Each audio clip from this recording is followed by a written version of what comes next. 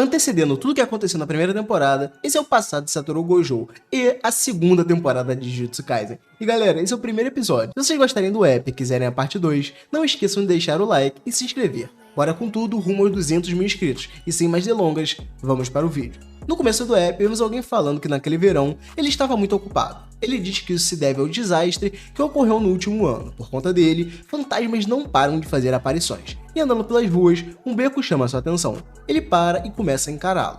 Ele adentra o beco e vê uma maldição se alimentando. Ele se aproxima calmamente, recitando o que parece ser um encantamento, erguendo a mão e exorcizando a maldição. Ele diz que o que viu naquele dia foi uma lição de conhecimento, e ele deveria ter usado isso para salvar pessoas como um feiticeiro Jujutsu, e isso é o que ele vem falando para si mesmo desde aquele dia. E uma notícia na TV estão dizendo sobre uma família que era próspera no ramo do churrasco, e após o incidente que ocorreu, faliu, deixando para trás uma mansão que acabou ficando mal assombrada. No dia de hoje, ela é usada por adolescentes, estudantes de ensino médio e universitários para a realização de testes de coragem. E como a notícia corre rápido com a internet e o medo dá força para esses contos, os feiticeiros Jujutsu precisam entrar em ação. É dito que alguns alunos estão desaparecidos, e policiais, família e amigos dizem que todas as provas levam para aquela mansão. Eles precisam se apressar para ir até lá. A mulher de cabelo branco dentro do carro afirma que sabe disso e apenas por isso pediu para sua companheira investigar. Ela pagou caro justamente por isso. Na entrada da mansão, amigo que levaram com eles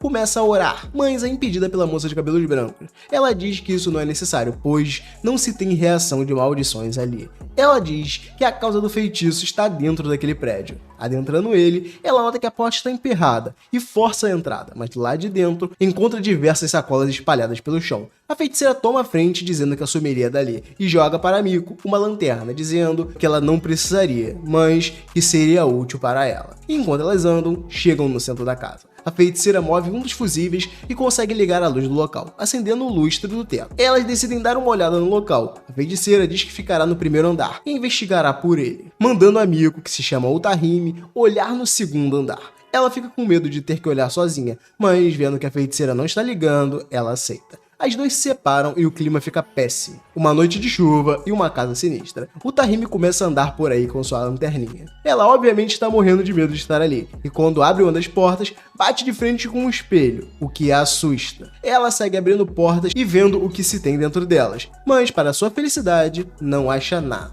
Chegando no último quarto, ela então abre e mais uma vez não acha nada, mas algo embaixo da cama chama sua atenção. Ela se aproxima devagar para olhar, e quando bota a lanterna para iluminar, ela vê uma família de ratos reunida. Os ratos correm para cima dela, fazendo ela se desesperar e se apressar para fechar a porta. Do lado de fora, a feiticeira encosta em seu ombro, fazendo ela quase ver a luz e gritar de medo. O Tahime pergunta a ela se com isso elas teriam terminado de averiguar o segundo andar, mas a feiticeira diz para ela que na verdade esse é o primeiro andar. O Tahime fica sem entender nada, pois ela estava no quarto do segundo andar, e a feiticeira começa a explicar para ela sobre as coisas ali. Ela aponta diversas coisas jogadas no chão e diz que já passou por elas 3 vezes. Ela também fala que deixou uma marca na parede e já passou por essa marca 3 vezes. Uta se esforça e vê a marca. A feiticeira diz que nesse momento elas estão bem no interior desse problema, sendo mostrado várias versões delas mesmas num corredor muito longo. Elas começam a se perguntar o quanto isso duraria, com a feiticeira dizendo que já havia se movido 4 km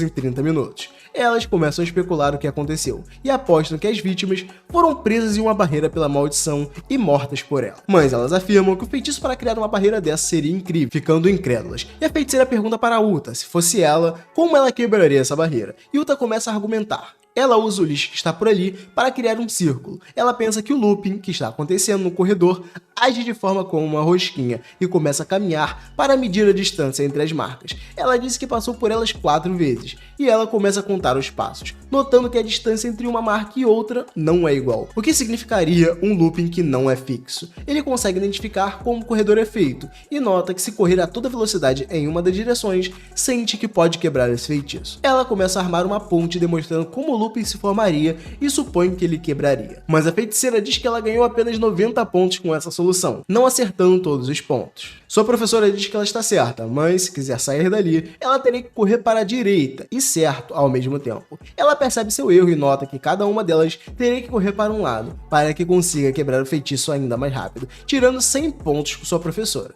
E elas se preparam para correr. A feiticeira diz que se Uta estivesse certa, ela lhe daria uma promoção. e no sinal elas começam a correr. E quando faz isso, o chão começa a se desfazer. Tudo começa a perder sua forma e ondular. Uta consegue manter a velocidade e sair por uma das portas quebradas. Tudo se quebra e no fim, restam apenas uma montanha de entulho. E falando que estava ali para salvá-la, chega o cara dos olhos mais lindos desse anime. Gojo aparece. Ele começa a perguntar se Uta estaria chorando, mas ela se estressa com isso. Porém, Mei pergunta se ela chorasse, Gojo também a confortaria. Enquanto Uta diz que não deixaria Gojo escapar, uma maldição enorme aparece atrás dela. Mas Geto aparece com sua maldição e devora aquela que ameaçava Utahime. Ela fica com raiva de mais um irritante aparecer. Mas quando ela ouve uma voz feminina, ela fica mais tranquila. Kyoko aparece e Uta chora para ela, pedindo para que ela não se torne como aqueles dois. Eles começam a falar sobre Uta ter que ficar mais 2 dias fora, e quando eles vêm, se dão falta de alguém. Ele esquecendo seu professor. Um tempo depois, enquanto ouvem a notícia da explosão que ocorreu na cidade, seu professor começa a questioná-los, procurando o culpado de deixar ele para trás. E acaba que o culpado foi Gojo, tomando um dos cascudos potentes. E já na quadra, Gojo começa a reclamar sobre precisarem ir tão longe. Ele fala que não consegue ver Jurei ou Jujutsu de toda forma. Mas Goto fala para ele que é claro que isso não é bom, pois a única coisa que pode impedir que uma maldição ocorra é um coração em paz. E para fazer isso, eles têm que tornar a ameaça invisível o mais visível possível. Goto iria continuar falando, mas Gojo toma a bola dele, dizendo que está cansado de ter que tomar cuidado com pessoas fracas. Mas Goto diz que ele é adepto à sobrevivência do mais forte, porém eles precisavam salvar os fracos e destruir os fortes. Ele diz que Jujutsu existe para proteger os não Jujutsu, mas Gojo discorda, dizendo que se for forçar alguém a fazer algo, isso deveria ser feito com os fracos. Porém, Goto não gosta nada do que ele fala, chamando ele para 5 minutinhos do lado de fora. Mas quando o professor chega, os dois disfarçam e fingem que nada está acontecendo e que estão apenas se alongando. E ele entrega uma missão para os dois, que não aparentam estar nada animados com isso, mas se interessam ao saber que a ordem vem de Tengen-sama. Ele os diz que eles serão guarda-costas de uma das garotas que Tengen cuida. Gojo pergunta se ele está mais preocupado com a segurança de uma garotinha do que com a de seus homens, e o professor concorda, dizendo que não está ali para brincar. Ele começa a falar sobre a arte jutsu de Tengen. Ele possui a arte da imortalidade, mas não é imortal. Isso não é um problema, mas depois de um certo nível de envelhecimento, a arte da imortalidade tenta possuir um novo corpo. Falando que quando eles morrerem, eles se tornarão uma existência mais proeminente, mas de acordo com Tengen, não existe vontade nisso. Ele será quem é mesmo após a morte. A barreira que será a base de Jujutsu Kaisen e as técnicas de barreira de muitos dos diretores auxiliares serão fortalecidas por Tengen-sama. Se eles não tiverem a ajuda deles, eles não conseguirão completar suas missões nem manter sua segurança. Na pior das hipóteses, Tengen pode acabar virando um inimigo da humanidade. E por isso, uma vez a cada 500 anos, a escola sagrada se fundirá com Tengen e reescreverá as informações do corpo humano. E se o corpo humano for renovado, o efeito do ritual será voltar ao início, não havendo evolução. E Gojo entende, comparando a Digimon. Ele é bom bastante para se tornar um Metal Greymon, mas problemático bastante para acabar virando um Skull Greymon. E por isso, eles queriam recomeçar naquele portão. As informações sobre a garota vazaram e agora se tem 2 organizações atrás dela. Eles precisam protegê-la para que não haja um impacto pesado na sociedade. No caminho, eles começam a falar sobre a menina e sobre o puro Tengen que está sendo adorado.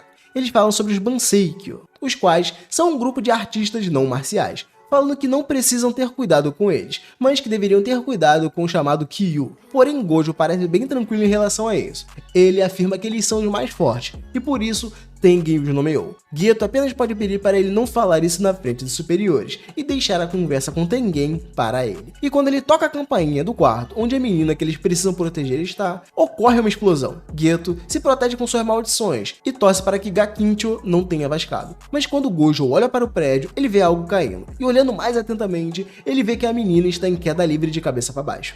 Geto logo se joga pela janela e monta em suas maldições. Ele começa a falar com o inimigo, e ele pede para entregar a garota, reconhecendo o uniforme, mas Geto apenas manda ele chegar mais perto para pegá-la, em um tom ameaçador. E com Gojo achando que as coisas estão tranquilas, ele vê diversas facas apontadas para ele. O homem diz que o conhece, e que queria descobrir se ele era tão forte como dizem por aí. E Gojo propõe que eles devem criar uma regra antes de lutar. Ele diz que não quer ter problemas por exagerar, nem quer ser levado embora. Então, se ele chorar e pedir desculpa, ele não o mataria. E num prédio, olhando tudo, dizem que o Lord Zene não tem poder de jutsu para lutar, mas diz que o pagaria de volta, pedindo por uma foto dele. Porém, a pessoa chamada Zene manda esquecerem esse nome e chamar ele agora apenas de Fushiguro, aceitando a oferta do homem. E esse foi o episódio 1 da segunda temporada de Jujutsu Kaisen. Se vocês quiserem um Ep 2 aqui no canal, deixem um like e não se esqueçam de se inscrever. Vamos com tudo para os 200 mil inscritos. Vejo vocês no próximo vídeo. Fui!